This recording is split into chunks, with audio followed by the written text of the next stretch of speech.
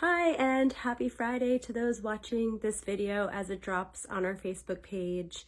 It is Friday, May 1st. I'm Tara Zeller, behavior analyst, owner of the Apple Tree Connection, and I come to you on Fridays with the follow-up to my ABA to Z series videos.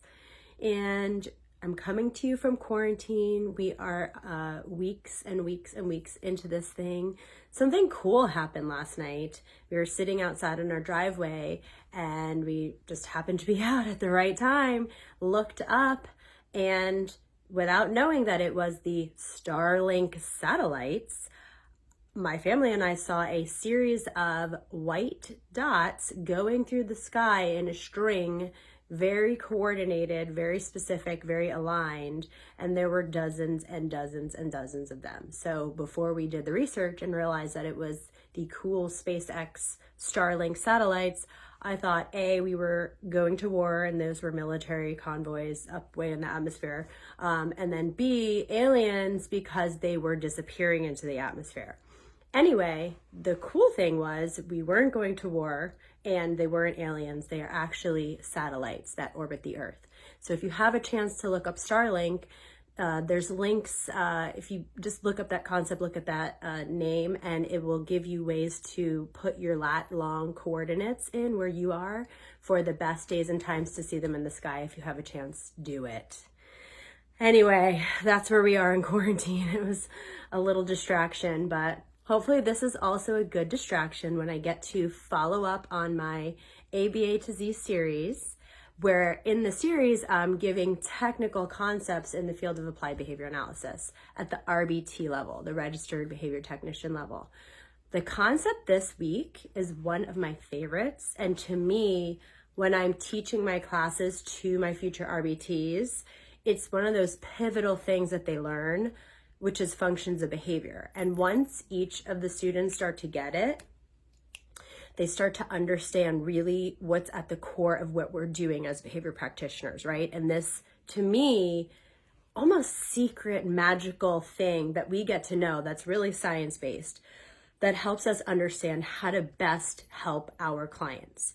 Now, when I talk about clients, everything that we're doing in the science applies to all of the human condition. So a lot of times I make my videos relevant to parents or paraprofessionals in the school system or teachers even. Anybody who's working with people or even kids specifically, because it's a little easier to grasp some of these concepts, right? Function of behavior gives us a way to see behavior as not just the one thing that it is, right? So a lot of times people think behavior practitioners work with kids who have tantrums. Well, that's great, but when I hear, oh, Johnny tantrums, it doesn't really help me much as a behavior practitioner.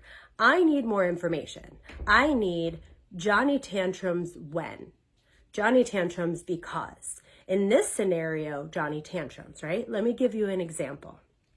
You're a teacher and you have a student that during math, you give the math worksheet, they have a tantrum, and it eventually results in them getting out of it, right? And I might have touched on this kind of example in the past. Well, the function of behavior, once you use your observation skills, turns out that it's escape maintained, right?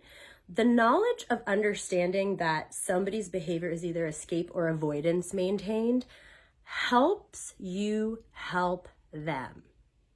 And that is at the core of everything that I teach to my students, everything at the core of the way I parent my children, right? My goal is to give my children as many tools as I can to make them the most well-rounded, successful adults eventually, that they can be independent, right?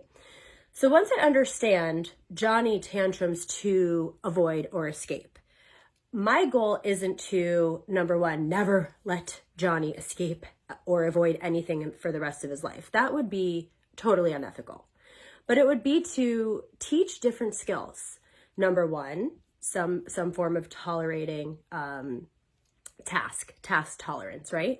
But also asking for what you want too, right? So giving somebody the ability to say, I would like to get out of this. I would like to avoid this.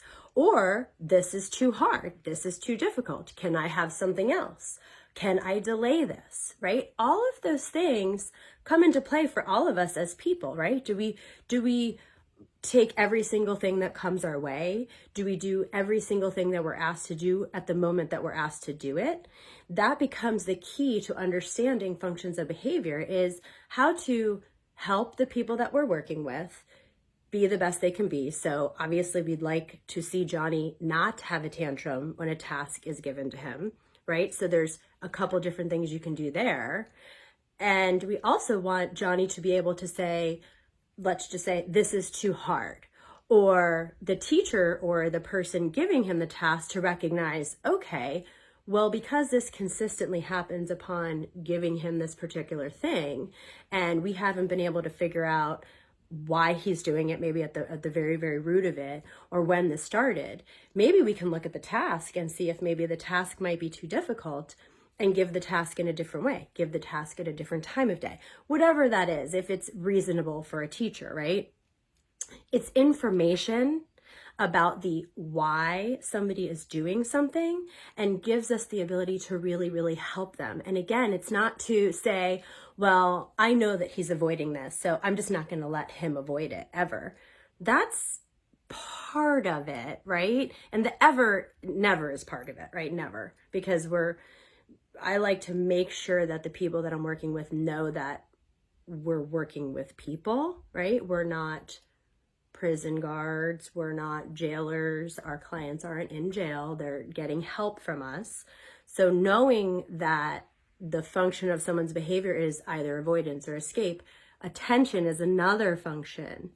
Access or denied, when somebody gets denied access, that can often evoke problem behaviors. So if you take the knowledge and the understanding of the function of behavior, right? So I ask my child to do a chore. Suddenly their legs stop working. I don't know if any parents have that, where their kids like fall to the ground, you ask them to help and their legs stop working. It's a really interesting phenomenon in our family anyway. But I have a lens, which is ABA, a behavior practitioner. So I recognize that that's a avoidance type of behavior. So I'm not going to, again, my kids aren't in jail. They are here to learn how to be independent adults. I do know that her legs failing, and she's still physically capable and they're not really broken, will not get her out of that chore, right? So I do want to make sure that she still continues to follow my instructions. But I look at everything kind of around it. I try to figure out, okay, is the chore too hard? Is the chore happening too late at night? Sometimes I think about that, right? Well, I did ask her and it was whatever time of night. Understanding the function of behavior helps you stop and think about how to get the person that you are trying to help to accomplish a skill, a task, an event in an appropriate way, while giving them a voice to sometimes, if it's negotiate, sometimes tolerate that negotiating's not the right time. There's so many layers to it that lens of understanding the function of behavior really, really helps you help somebody else. Really, I think that's what gets me the most excited about that concept. And as much as I hope that these videos help people that aren't studying applied behavior analysis or trying to be RBTs, I do sometimes feel like I'm not maybe landing outside of the real techie stuff. So as I'm giving you these feedback videos, please reach out to me and say, hey, I think I got that, or wow, I really got that, or wow, that resonates with me when I'm working with my students as paras, or when I'm a employer trying to get my employees motivated, and I recognize that some are task delayers or some need a lot of attention, right?